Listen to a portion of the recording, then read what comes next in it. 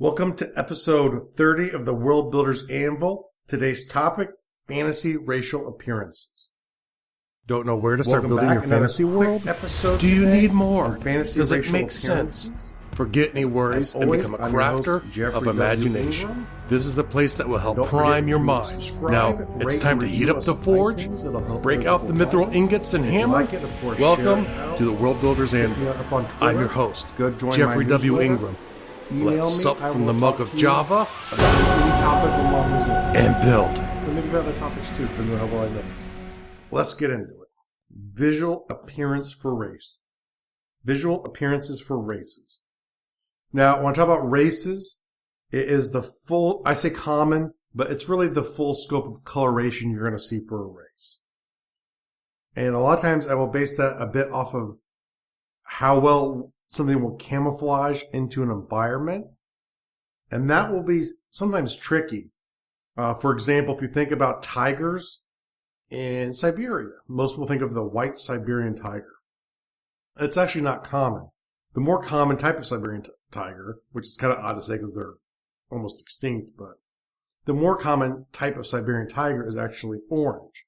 And the orange and black stripings up in the tundra of Siberia actually blends in and does better or as good as white does. And so actually the orange that you're used to seeing with a tiger is still more common than white because it's just more effective. You do see probably a little bit more white than you would in other places because maybe in certain areas it does a little bit better. But camouflage is not always he's going to be green because he lives in the forest. There's going to be colors that are going to mix in with the types of environments, the most successful colors that work. Don't feel constrained by the colors you know on Earth. So if you want to go tan, black, brown, white, yellow, whatever you want to call the colors, you can. If you want to mix the colors up a little bit, I think you can do that too. And you just have to be consistent with the colorations. And I like to kind of know what percentage of, well, I don't even really care about that. I actually don't even track that. But I do track what I call the common color types, which are the most likely colors you'll see. If albino is possible, I might list that as well. However, much like on Earth, I consider albino more of a less common thing for most of my races. Now, if you want to have an albino race, hey, that's up to you. It might make sense depending on where they live. Now, common eye color, same thing. We typically think of the colors we see, and a lot of that is based off of our vision, our ability to see colors. I don't know of any connection between eye color and success in seeing. There might be a study out there about that. And if there is, I would love you to send it to me, just so I could check it out. However, to me, eye color is more of a cosmetic thing. It might be more or less successful based off of the availability and how attractive it's considered by the cultures that the race exists in. So eye color, another one I like to think about when I think about the racial appearances. Height and weight. Here I go for a couple things. I want to know the minimum and maximum and where the middle is. So that's really three things. I feel sort of like a Monty Python cardinal at this point. 1, 2, 3! 3 things. Wait, nuts. I'm breaking all kinds of IP rules. Luckily, my impressions are so poor that no one's going to care. So height and weight. What is the minimum, the maximum, and the average? Now, this will get overridden a lot by culture and the food availability, but this is sort of the racial best case scenario. So if, let's say I have humans and the average height is 6 foot tall, and they can go up to 7'5", and they can go down to 4'5", and that's the range of 95% of humans. That's what I put down. And same thing with weight. If it's 500 pounds to 100 pounds, that's the weight range. And then I'll set the average at 250 because they're fat in my world. But that's based off of proper nutritional requirements. Now, once I start bringing a race into a culture in a period of time, a lot of that's going to depend on the way they gather food.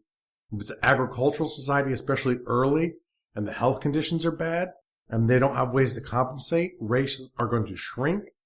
I don't know if they'll be lighter because they'll probably have a tendency to eat more, but they're going to definitely be shorter and less healthy than equivalent civilization that is hunter-gatherer.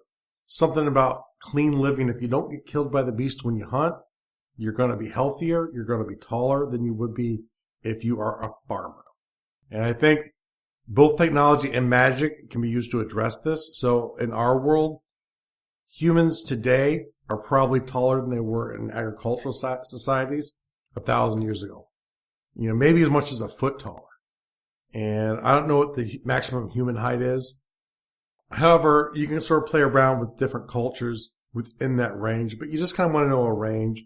Some cultures are going to be taller than other cultures, and that's for you to know, but you just want to know what the range is. And then when you assign your cultures, you look at the magic and technology to determine how close they are to that ideal height, which is 5'10" and 7,000 pounds, because those are mine. Now, something to keep in mind, and I got into this just a little bit, are eyes, smelling, sound, taste, and feel. Now, you might not consider all of these things when you're doing your appearance, but you want to think about different ways of describing it. So, what does it look like to the eye? What does it smell like to the nose? Maybe there's something about the biology of a race that makes it smelly. Maybe there's fur and the fur gets filthy and they smell like a dog that needs a bath. That's a good thing to know, because later on when you're telling a story, you get basic ideas of imagery. And then if you have 4 of these things and one smells awesome, people might go, wait a second, why does this one guy smell awesome? And they find out, oh, he's the leader. So he doesn't have to work as hard, or he has access to baths, because baths are important for the rich people in their culture because they also consider themselves sneaky. Or maybe they don't consider themselves sneaky because they're used to it. But what do they smell like? And when I talk about the senses here, this is less to do with their senses. It's more to do with the senses of your reader, your avatar. And I might have to do an episode on avatars later. I've had that request, and I'm going to talk about that probably in a different episode. Sound. Are there certain sounds that you can associate with them? Let's say I have a 700-foot person walking. Probably going to be some sound whenever they walk around. Want to know the sounds. Taste. This one's a bit more disgusting, but, not necessarily if you eat them, but maybe there is. Maybe you do eat that race. Maybe they taste like chicken. Maybe they're some mutant lemmings. Maybe you're a zombie mouse and you eat mutant lemmings. Or you get eaten by the mutant lemmings, which is kind of funny because they're carnivorous on your world. But taste. And more of, is there a taste left in your mouth from the proximity? Maybe you have to lick them to get through a door. What do they taste like? Taste is probably the least important. But if it's going to come up in the story, you're going to want to have ways to describe it. So it's a good thing to put down if tasting of a race is important. And feel. If you touch the skin, is it leathery? Is it rock-like? Is it really soft? Is it supple? How does it feel to the hand? And once again, this is from the perspective of the reader, not from the other races. This is ways for you to be able to describe it later on to either your players or to your readers. Good things to know. If you're doing video, you probably can't convey that through the medium, so you have to use words. But actually, in any of the settings, you have to use words because you're not going to really convey something like feel or taste through images. And if I'm wrong, and you're an artist, you can prove me wrong, please do, because I want to see your artwork, except for the tasting humans. Once again, it's a quick episode, and the rating for this episode is basic. This is a basic idea for a world. You need to know what your races look like in general. And once again, when you break them down to a culture later on, you're going to take subsets of the colors probably and say that these are the more common colors in this culture. However, you might not do that depending on the size of the race or the variations. There might not be a huge level of variations. Now, the world building task for the day, go in to your race, one of the main races you use, and come up with the appearance for it. And the real world task for the day is whenever you complete something, quickly go over, make sure you're really done, and once you're done, you're done. Now the tease is, my next episode is my second interview, and this time with Bill Trendwell of Caldera.com. He's the chief world builder, and he's going to be on to talk a little bit about his perspectives of world building. And as always, make sure to go to Gardul.com. That's GARDUL.com for the show notes. It'll be under podcasting, World Builders Anvil. That's a great place to get all of the information from the episode that you've just listened to, and to see all the resources that we've talked about in this episode. Thanks for joining us this episode of the World Builders Anvil. Please be sure to rate and review us in iTunes, and please help get the word out to your friends about our show. And join me, Jeffrey W. Ingram at Gardul.com, to see the progress of my world and learn why I made the choices I did. And please contact me and let me know the topics you would love to hear in the future. Now strike while the myth rolls high.